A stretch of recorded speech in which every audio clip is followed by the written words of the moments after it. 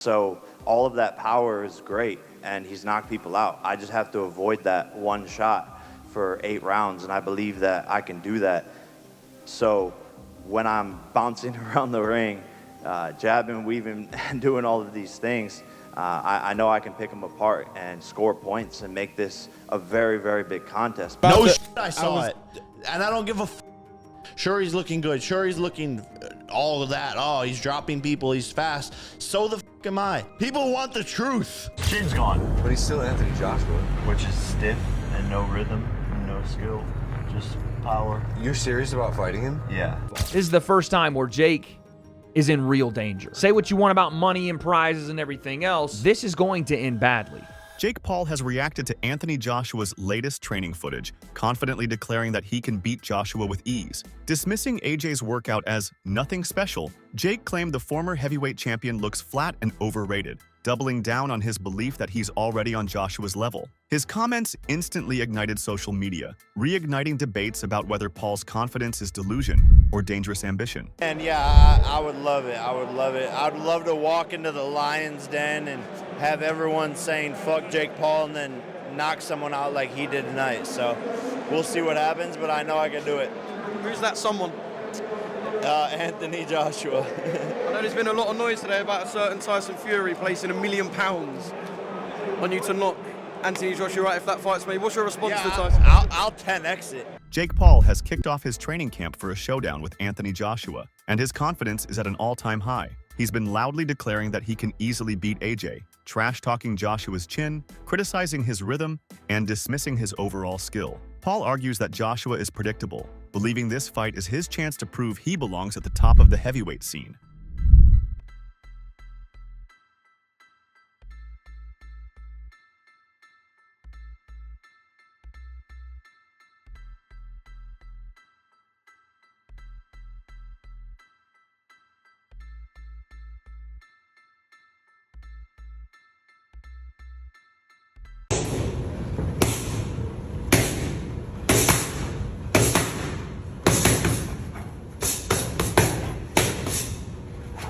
August, I'm back, baby. Paul has been taunting Anthony Joshua hard, claiming he's too easy to beat and even questioning his toughness. On his podcast, Paul argued that Joshua doesn't have a chin, calling him unskilled and stiff. He's not just trash-talking. He seems to genuinely believe Joshua is vulnerable and beatable, using that as fuel for his case that this fight is a real turning point for his credibility. Well, Jake's own words are that AJ's got no chin, he's stiff, and he's got no rhythm. What a fool. What an absolute idiot. He's going to get absolutely annihilated. If this is real, he's going to get absolutely annihilated. And, you know, who can blame Joshua? Who could blame him? Offering him this guy for 40 or 35 million. God almighty. It's unbelievable. Well, put it that way. At the recent press conference, Paul openly defended his mindset, saying he got to where he is today because of what he called his delusional optimism. He admitted that many people doubt him, but argued that his unshakable self-belief has fueled his rise, even when no one believes he'll win. By embracing what others call delusion, Paul sees it as a superpower, a kind of relentless faith that pushes him past limits and makes him willing to shock the world. Called out, you're fighting Anthony Joshua in less than a month. Why are you doing this? I like to challenge myself. I like to take on the biggest, the best. I said anyone, anytime, any place. I truly mean that. And I'm here to go out there and shock the world. I know what I'm capable of. I see him and what he's capable of.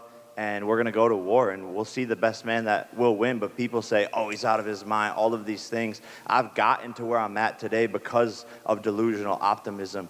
And so it's delusion until it's not, because look at where we're sitting today. No one ever thought that this would be possible, that we would be here when I first started boxing, and no one thinks I'm going to win. So join the list and be ready to be shocked. Paul is convinced he can beat Anthony Joshua, pointing to what he sees as real vulnerabilities in Joshua's recent performances. On his podcast, Paul bluntly criticized Joshua, saying he doesn't have a chin, has no skill, and is stiff. He believes Joshua's recent knockout loss to Daniel Dubois exposed his declining durability, making now the perfect moment to strike. According to Paul, his own unorthodox style, confidence, and momentum give him a real shot in what many would call a massive risk fight. Asked, why is Jake Paul doing this?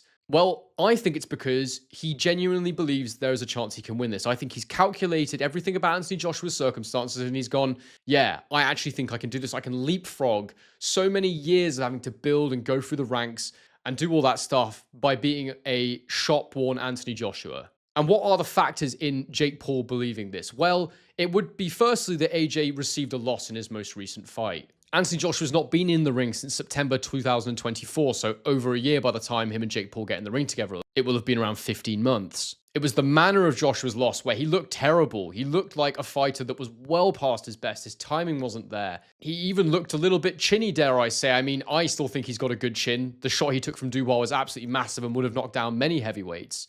And he showed decent powers of recovery to get up and struggle through for as long as he did before his over-aggression and miscalculation with the type of shots he was using got him knocked out by Dubois. But if you're deluded enough like Jake Paul, then perhaps you look at that and go, he landed a massive right hand on Joshua's chin. Why can't I do the same? I believe myself to be a very big puncher. And it's that old saying, isn't it? You know, you shoot for the stars, you might at least land on the moon. And I think that's kind of why Jake Paul's maybe got to where he is in life, because he does have too much self-confidence. He does believe in himself. Jake Paul is positioning this fight as Judgment Day, as this fight can be a defining moment that could validate his status as a serious boxer. He sees beating Anthony Joshua not just as another high-profile bout, but as proof that he truly belongs at the top of the sport. He argues that by facing Anthony Joshua, a true heavyweight and former world champion, he's finally proving he can compete at the highest level. According to Paul, when he beats Joshua, every doubt disappears. No one can deny me. They said, fight a real boxer. They said, fight someone your size. They said, fight a world champion. We looked at a long list of supposed fighters for me to the world. Make no mistake, this is the biggest fight of my career. I'm walking into the lion's den. I'm doing something that no one else has ever done before. I, Jake Joseph Paul, will knock out, defeat, and embarrass Anthony Joshua Friday, December 19th, live on Netflix. My voice cracked, I'm still going through puberty. The biggest fight of 2025, USA versus UK. He's got the belts, the size, the history, but I have the balls. Be careful what you wish for. Jake versus Joshua, Judgment Day. He has a 90% knockout ratio, but I have a 100% chance of drinking this Celsius. Anthony Joshua, a seasoned heavyweight champion, has consistently demonstrated his commitment to excellence through rigorous training sessions. His regimen includes intense strength and conditioning workouts, sparring sessions with top-tier opponents, and a focus on both physical and mental preparation. Joshua has consistently demonstrated his commitment to facing top-tier opponents, notably stepping into the ring with Alexander Usyk, a former undisputed cruiserweight champion and a formidable force in the heavyweight division. Their first encounter in September 2021 at Tottenham Hotspur Stadium saw Usyk clinch a unanimous decision victory, outpointing Joshua with superior technique and precision. Once the belts were finally out of my possession, which I was expecting to win, it just kind of tore me apart. And that's raw emotion live on your screen. Obviously, looking back, could I have dealt with things better? Yeah, of course. But at the time, that wasn't the priority. It was just outpour of emotion. There are so many athletes we're seeing across gymnastics, cricket, rugby and football that have taken time out of their sport to deal with their mental health before coming back in. Did you at any point in that period think, I need to take an extended break away from boxing before coming back in? It wasn't the fact I needed to take a break. You know what it was? I actually watched a lot of fighters, they've taken time out of the game for those reasons as well. And I think, okay, if they've done it, I should be doing it. But I got to look at myself as an individual. And what it is, I feel like if I take time out, I'm letting everyone catch up. And I want to be ahead of the game. While Paul has showcased commendable athleticism and a strong work ethic, his experience in the ring pales in comparison to that of seasoned professionals like Joshua. Paul's training sessions, though intense, have primarily focused on building endurance and refining basic boxing techniques. There really are two very different schools of thought right now around the Jake Paul versus Anthony Joshua fight. On one hand, some people firmly believe AJ will win dominantly. They argue that Joshua still has the raw power, boxing experience, and size to KO Paul. After all, He's a former two-time heavyweight champion, and underestimating his punching capacity would be a big mistake. On the flip side, there's a growing contingent who thinks Joshua isn't the same man he once was. All right, so we are back on The Weight Concept presented by The Ring Magazine. And today, folks, I want to talk about one word: delusion.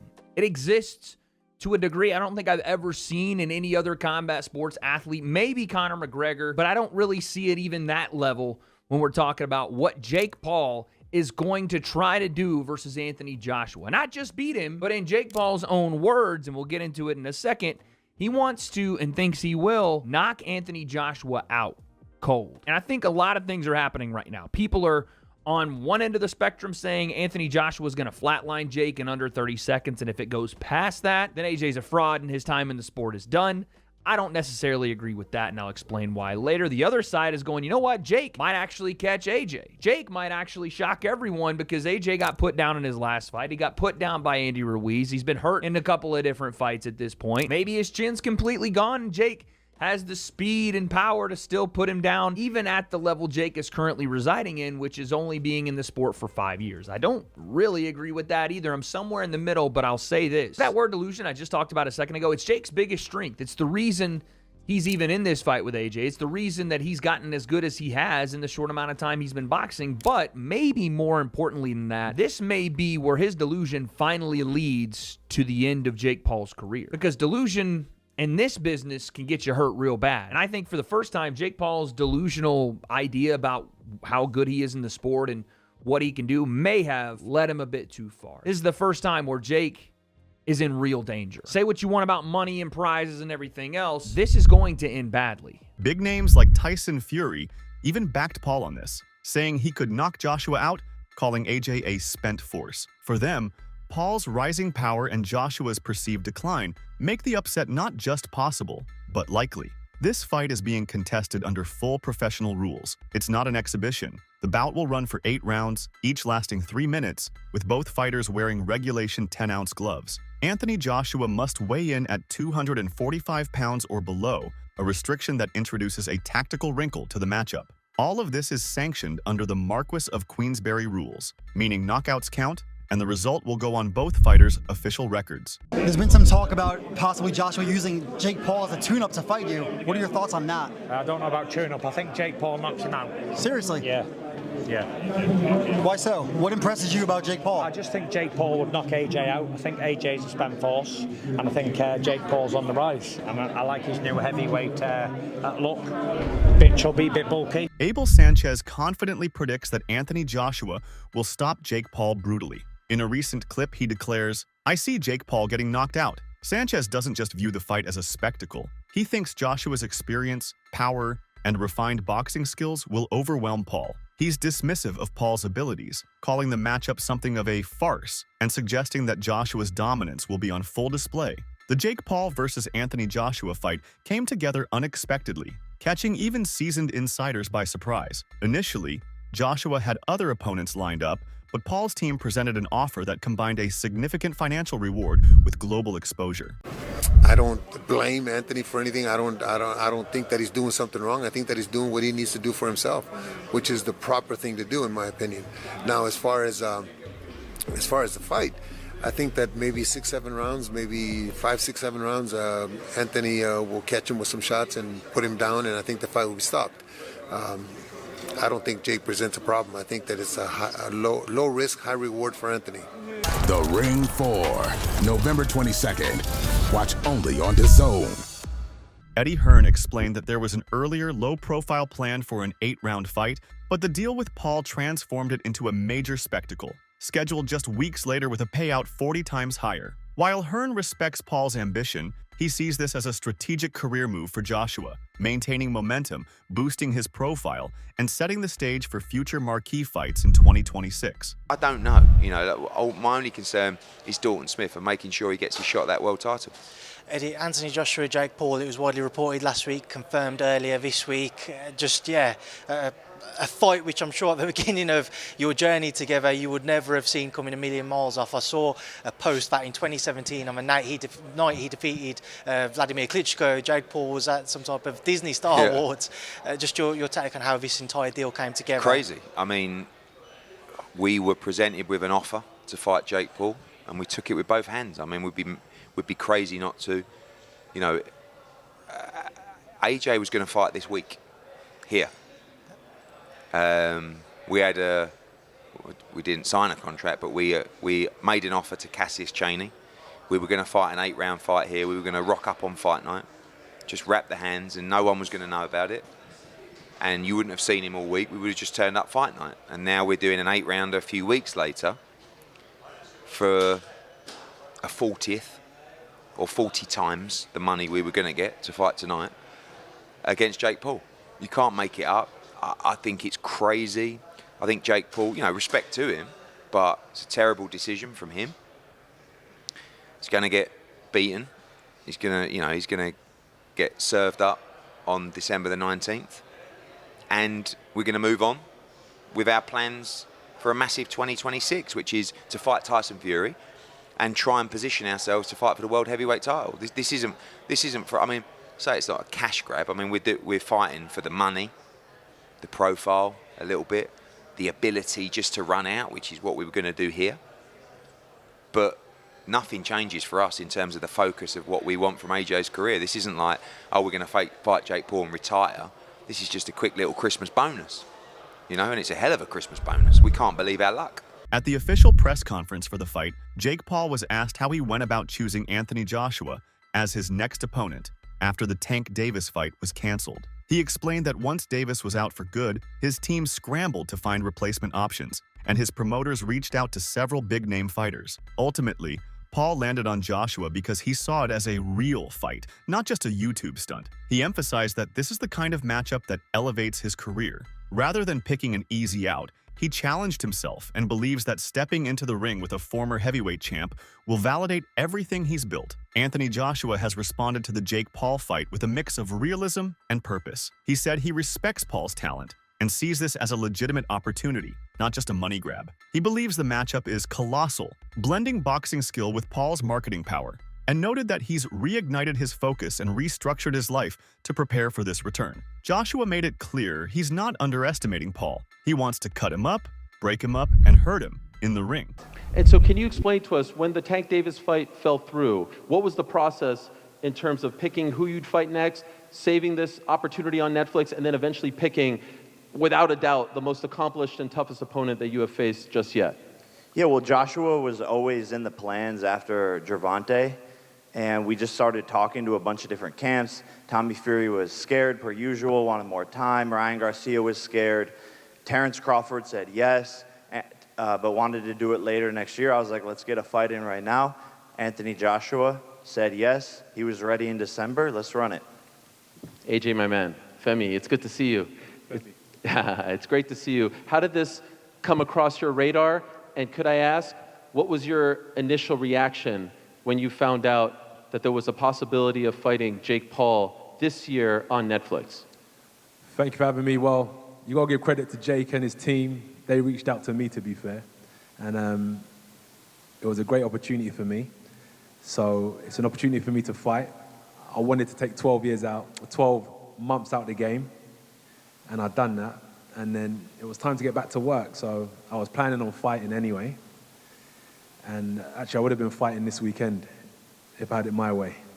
And this opportunity presented itself. And I said, yeah, why not? It's great. I think it's massive. It's colossal. It's making big news. We're bringing marketability together with ability. Those two worlds collide. You got Jake Paul versus Anthony Joshua. And we're here in Miami. We're bringing Europe, Africa, Asia, Nigeria, the whole world together to watch this show on Netflix. It's going to be phenomenal. And that's how we ended up here, basically. Two guys that just want to put on a good show. What do you think? Can Jake Paul really beat Anthony Joshua? Or is AJ still too powerful? Drop your hot take in the comments below.